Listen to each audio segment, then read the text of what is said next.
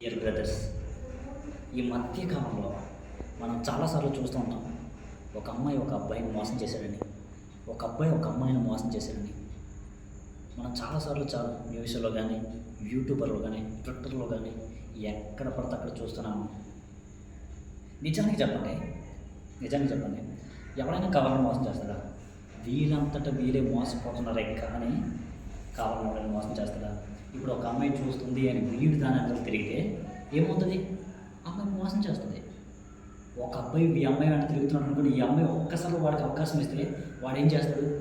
తిరిగినంతసేపు తిరిగి ఉంచుకున్న తర్వాత ఏం చేస్తాడు? వాడు మోసం చేస్తాడు. ఎందుకంటే ఈ ప్రపంచంలో ఉన్న ప్రతి ఒక్క వ్యక్తి మానవులందరూ ఎలాంటి వారు? మోసం చేసేవారే.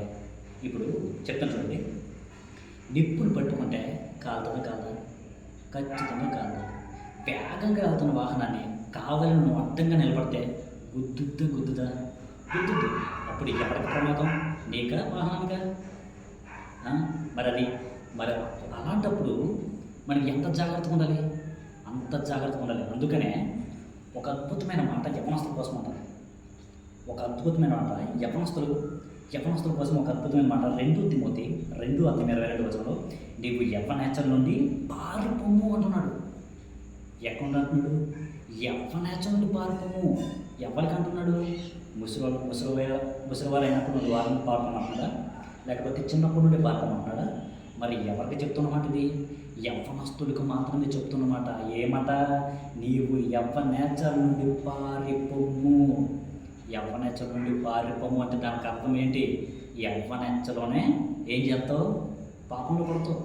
యవ్వనంలోనే ఏం చేస్తావు? నువ్వు ప్రతిసారి లొంగిపోతావు. యవ్వనంలోనే నువ్వు పడిపోవాలన్నా నిలబడిపోవాలన్నా యవ్వనంలోనే ఉంటుంది. అందుకని ఏమంటున్నాడు? నీవు యవ్వనేచ్చల నుండి పారిపో.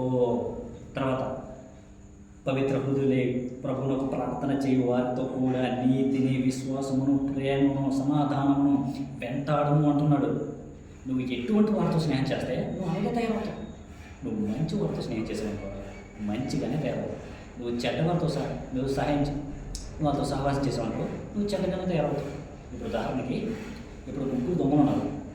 ఈ 3 దొంగల్లో ఒక వ్యక్తి మంచివాడు అనుకున్న పని. ఇప్పుడు ఎంతమంది దొంగలు అవుతారు? 2 దొంగలు అవుతారు. ఇప్పుడు అందరి దృష్టికి 2 దొంగలు, వీరితో స్నేహం చేసే కూడా ఒకడు ఉన్నాడు. ఆ ఒక్క వ్యక్తి మంచోడు. ఇప్పుడు వాళ్ళిద్దరు ఒక దొంగతనం చేశారు.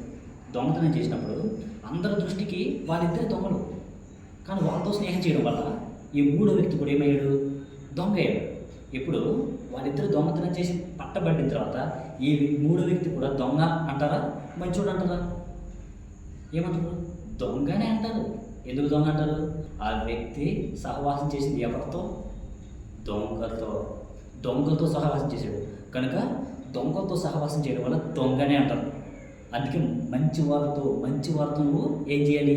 సహవాసం చేయాలి. నువ్వు ప్రార్థన చేసేవాడితో సహవాసం చేసినప్పుడు నువ్వు ప్రార్థన చేస్తావు. నువ్వు నీతిగా ఉండేవాడితో నువ్వు సహవాసం చేస్తే నువ్వు నీతిగా ఉంటావు. నువ్వు తాగుబోతూ నువ్వు తిరిగావనుకో, అటువంటి వాడితో నువ్వు సహవాసం చేసావనుకో నువ్వు తాగుతావు. అది ఖచ్చితంగా జరిగే ప్రక్రియ. ఒకసారి జాగ్రత్తగా అందుకని అంటున్నాడు కదా, సామెతల గ్రంథం 6:5 ఏమంటున్నాడంటే, వేటకాని చేతి నుండి లేడి తప్పించుకున్నట్లును, ఎరుకు అని చేతి నుండి పక్షి తప్పించుకున్నట్లును తప్పించుకును. ఎలా తప్పించుకోవాలట? వేటకాడి చేతి నుండి తప్పించుకోవాలి. సాధ్యమా? ఖచ్చితంగా సాధ్యం కాదు. సాతానుగాడు అనేక ఎర్రలేస్తూ ఉంటాడు. చేపలకి ఎర్రలేసినట్టు మనం చేపలకి ఎర్రలేస్తాంగా, మనము చేపలకి ఎర్రలేసినట్టు సాతానుగాడు కూడా మనకి అనేక ఎర్రలేస్తాడు. నువ్వు ఎవరన్నా ఉన్నావా? ఏం ఎర్రలేస్తాడు? డబ్బు, అందం, అమ్మాయి, స్త్రీ మోహాన్ని చూపిస్తాడు. అనేక ఎర్రలేస్తాడు. నువ్వు ఏదో ఒక ఎర్రలో తప్పక పడిపోవాల్సింది, తప్పక నువ్వు లొంగిపోవాల్సిందే. అలాంటి ఎర్ర నుండి మనం ఏం చేయాలి? తప్పించుకుని పారిపోవాలి. అందుకే నీవు యవ్వనేచ్చల నుండి పారిపో అంటున్నాడు. యవ్వనంలోనే ప్రతి క్షణం, ప్రతిదినం, ప్రతిరోజు ఖచ్చితంగా పడిపోతావు. అందుకని యవ్వనేచ్చలో పారిపోవాలి. యవ్వనం నుండి పారిపోవాలి.